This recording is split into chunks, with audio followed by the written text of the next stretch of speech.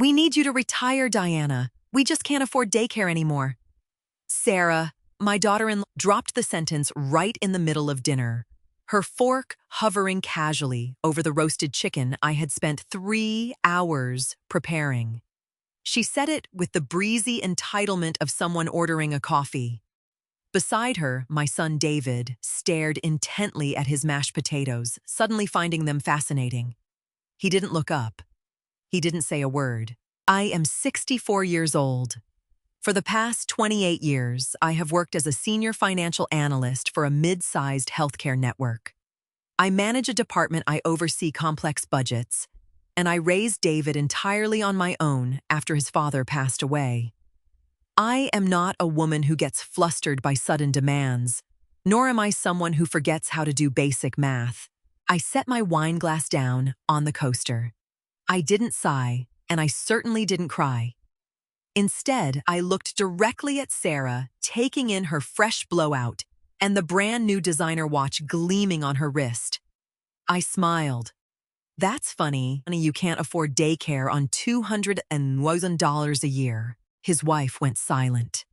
The confident, slightly demanding posture she had brought into my dining room vanished, replaced by a sudden, rigid tension. The color rushed to her cheeks, starting at her neck and climbing quickly to her hairline. Things are expensive now, Mom, David finally muttered, still avoiding my eyes. Inflation is killing us. The daycare in our area is almost $2,000 a month. If you retired, you could watch little Maya during the week. It would save us. You're practically at retirement age anyway, right? Practically is not actually, David, I replied evenly. I wiped my mouth with a napkin and reached down to the leather tote bag resting beside my chair. And inflation is certainly a problem for many people. But it is not your problem. I pulled out a dark blue folder and placed it squarely on the dining table. They both stared at it like it was a live explosive. But the folder I opened changed everything. I never intended to track my son's finances. When David and Sarah got married 5 years ago, I gave them a generous gift for their down payment and stepped back. I believe deeply in boundaries. Your adult children's money is their business, right up until they try to make it yours. The problem started about 18 months ago. Sarah has a taste for a lifestyle she watched on social media, and David has a profound inability to tell his wife no. I started noticing the changes quietly. First, it was the house upgrades, a massive kitchen remodel that was purely cosmetic. Then came the vehicles. 2 leased luxury SUVs sitting in their driveway. Then the bi-weekly cleaning service, the organic meal delivery kits, and the country club membership they claimed was essential for networking.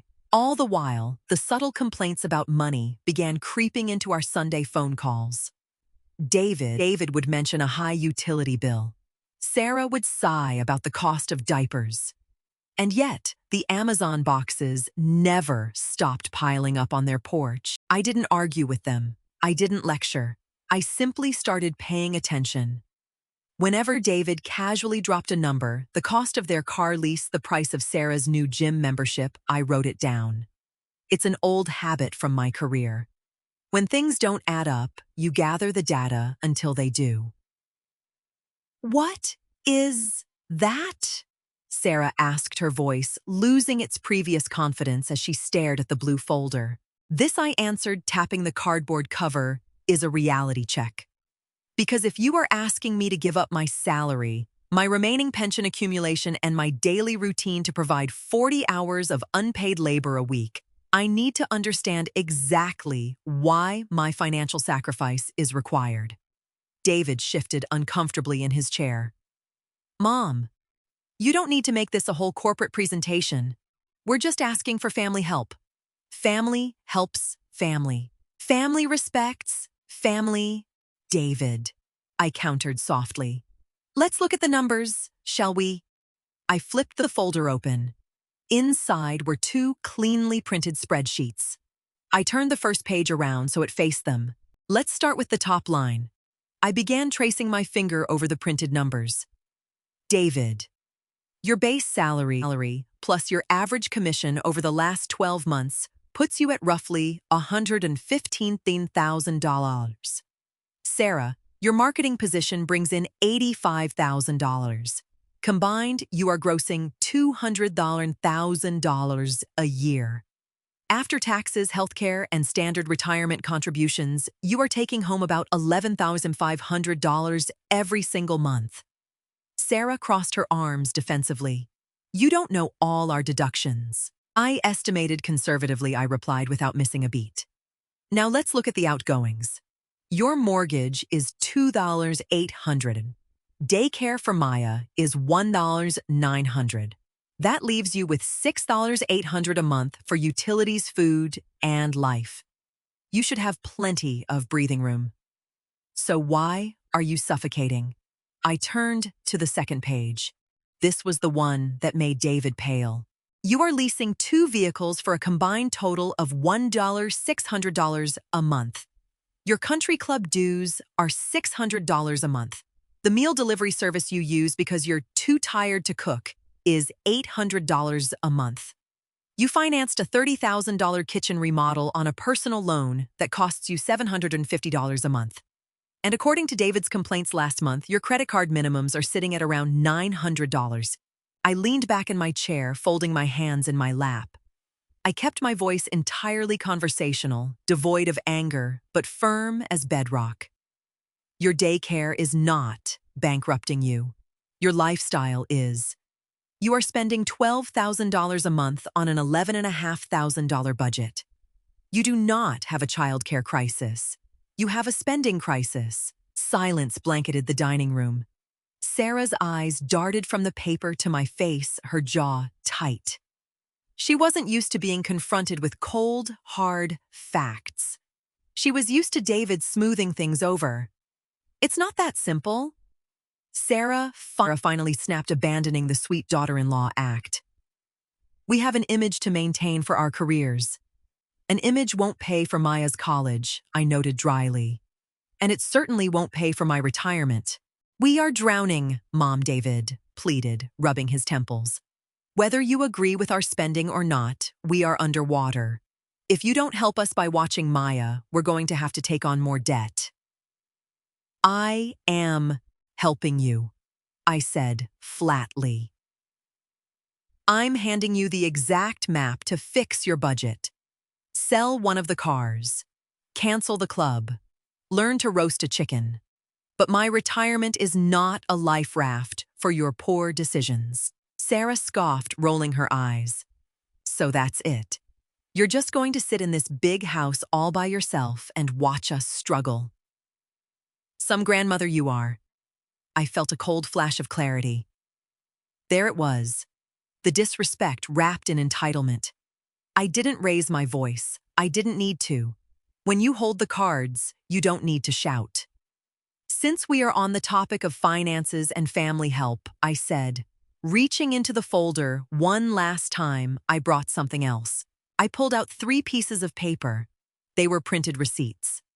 2 years ago, when David had that layoff scare, I agreed to temporarily take over your cell phone family plan, your joint car insurance policy, and Maya's pediatrician co-pays. It was supposed to be for 3 months. David swallowed hard, realizing exactly where this was going. You both kept your jobs, but somehow those bills never transferred back to you. I let it slide because I wanted to be helpful.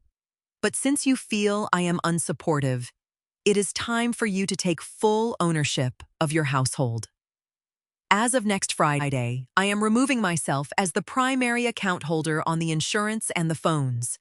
You will need to set up your own policies. You're cutting off our phones. Sarah gasped, genuinely outraged. Over this. No, I corrected her. I am simply stopping my subsidy of your luxury lifestyle. You make $200,000 a year. You can pay your own Verizon bill. The dinner ended abruptly after that. Sarah grabbed her purse, her face a mask of furious indignation, and marched out to their leased SUV without a goodbye. David lingered for a moment by the door, looking like a deflated balloon. You didn't have to do it like that, Mom. You humiliated her. I showed her a spreadsheet, David. If her own spending habits humiliate her, that is for her to reflect on. Good night. I closed the door and locked it. I cleaned up the dining room, packed the leftover chicken into Tupperware, and washed the dishes. I felt a strange sense of peace. For over a year, a low-level anxiety had hummed in the back of my mind regarding their finances. Now it was out in the open. But as I wiped down the counters, another thought occurred to me. Sarah was reactive. She was also someone who believed she could steamroll her way into getting what she wanted.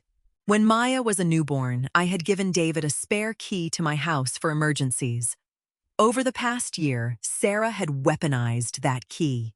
She would let herself in unannounced on Saturday mornings, dropping Maya off in my living room while claiming she had an urgent errand, effectively trapping me into babysitting for hours. If they were truly desperate about daycare and angry about the phone bills, I knew exactly what Sarah's next move would be. She would try to force the issue. She would try to establish a new normal by simply dropping the baby off on a weekday, assuming I would never turn my granddaughter away. The next morning, Monday, I called a local locksmith. By 10:00 a.m., the old brass deadbolts on my front and back doors had been entirely replaced. It cost me $250. It was the best money I had spent all year. My instincts were exactly right. Tuesday morning at 7:45 a.m., I was sitting at my kitchen island sipping black coffee and reviewing a quarterly report for work when I heard the distinct sound of a key sliding into the front door.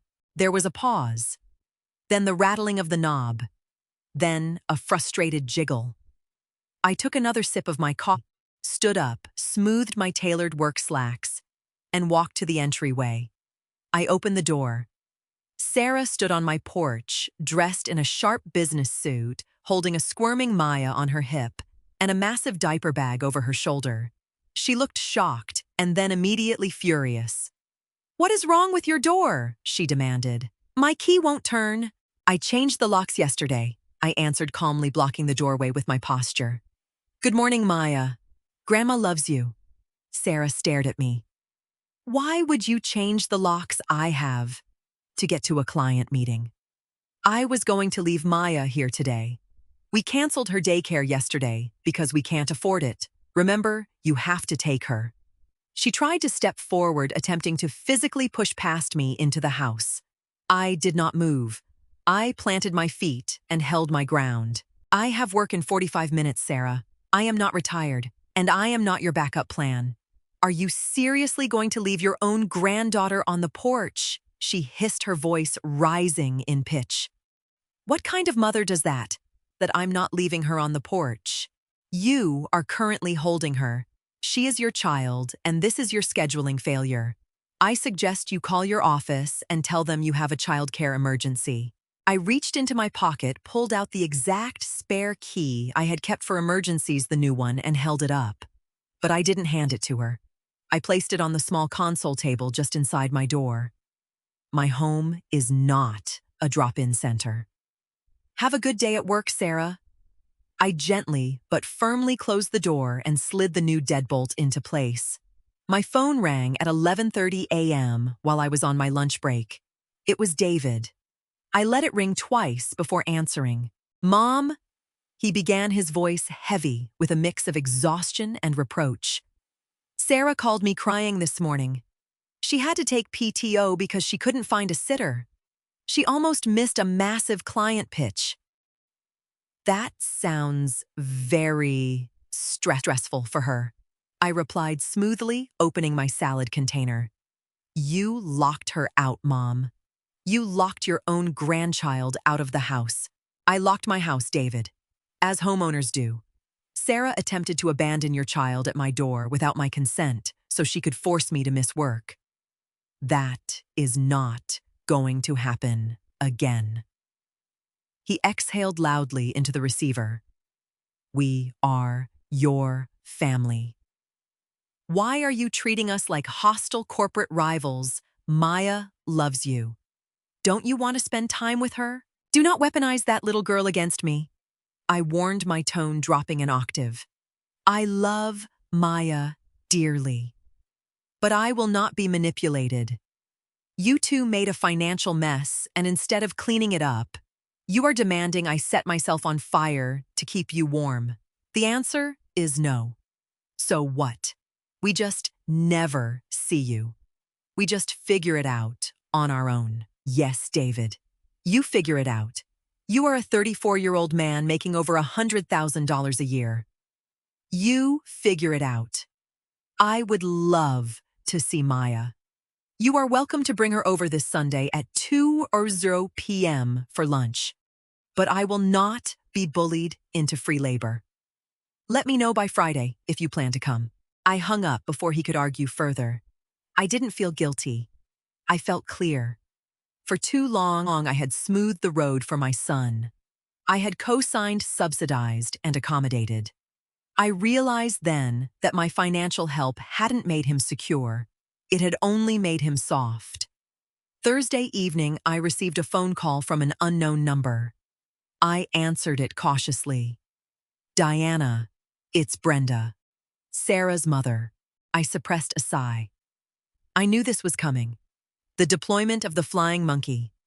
Brenda was a woman who prided herself on being overly involved in her daughters' lives. Hello, Brenda. How are you? I'm just heartbroken, Diana. Truly heartbroken. She began, her voice dripping with practiced empathy. Sarah is beside herself. She says you've completely cut them off and refused to help with Maya. We're grandmothers, Diana. It's our job to step up when our kids are struggling. I watch Maya every Wednesday. Why can't you just take Monday and Tuesday? Brenda, do you know how much David and Sarah make? I asked directly. Well, I know things are terribly tight right now. Sarah said they are barely scraping by with the inflation. They make $200,000 a year, Brenda. There was a dead silence on the line. What? 200,000. And they drive 2 luxury vehicles, belong to a country club, and order expensive meal kits. They are not scraping by. They are mismanaging their money. They asked me to retire, to give up my income and my pension, so they wouldn't have to give up their country club. I declined. Brenda stumbled over her words. Sarah told me. She said David's commissions dried up. She said they were dipping into savings for groceries. Sarah lied to you, Brenda. She lied to you so you would feel sorry for her and provide free childcare just as she tried to do with me. I suggest you ask to see their budget before you sacrifice any more of your own time. I didn't wait for a long goodbye. I wished her a good evening and hung up. I knew Brenda well enough to know what would happen next. She wouldn't call me back. She would call her daughter. The reality of the blue folder was about to hit them from 2 sides. 3 weeks passed. I stuck to my boundaries. I transferred the phone and car insurance bills fully into David's name. I didn't reach out to check on them. I went to work, tended to my garden, and enjoyed my quiet evenings. Then, on a rainy Tuesday evening, a used, slightly dented Honda Civic pulled into my driveway. I watched through the kitchen window as David got out. He was alone. He looked tired, but for the first time in a long time, he didn't look like he was carrying a secret weight. I opened the door and let him in. I didn't ask questions. I just poured him a cup of black tea and set it on the island. We sold the Audi, he said quietly, wrapping his hands around the warm mug. Or rather, we transferred the lease. Took a bit of a hit, but we got out of it. I bought this Civic for cash from a guy at work. It's a reliable car, I said mildly. Brenda confronted Sarah. He continued looking down at his tea. About the money. It was a bad fight. Sarah was furious that you told her mom how much we make. But her mom refused to watch Maya anymore until we showed her our bank statements. He let out a dry, humorless laugh. Turns out, when you actually have to look at the numbers, you can't hide from them anymore. We canceled the country club on Friday. We're keeping Maya in daycare. Sarah is looking for a cheaper one, but we're making it work. I'm glad to hear you are taking control of it, David. I'm sorry, Mom. He looked up, his eyes finally meeting mine. I was a coward. I let her dictate the spending, and then I expected you to bail us out. I shouldn't have treated you like an ATM. No, you shouldn't have. I agreed. I didn't offer to pay for the daycare. I didn't offer to buy him a better car. I just accepted the apology. But you are fixing it now. That is what matters. Life did not magically become a television sitcom. Sarah was frosty toward me for months. She avoided coming over, sending David to drop Maya off for her visits. I didn't push it. My goal was never to control my daughter-in-law. It was to protect myself from being controlled by her. Now, 6 months later, we have settled into a new rhythm. I still work full-time. I still manage my budgets. But I negotiated with my boss to work a compressed schedule, taking every other Thursday off. I did this not because I was forced to, but because I wanted to. Every other Thursday, David drops Maya off at my house at 8:00 a.m. When she arrives, there is no rushing. There is no resentment. I am not the exhausted, unpaid nanny filling in the gaps of my son's financial ruin. I am a grandmother, refreshed and present. We spend our Thursdays baking messy cookies in the kitchen. We walk to the park and feed the ducks. We read the same board book 12 times in a row until I have it memorized. And at 4 p.m., David picks her up, thanks me genuinely, and goes home to his own life. The blue folder is still in the bottom drawer of my home office desk. I haven't needed to open it since that night in the dining room. They learned how to budget mostly out of sheer necessity. Sometimes love doesn't look like writing a check. Sometimes it doesn't look like saying yes.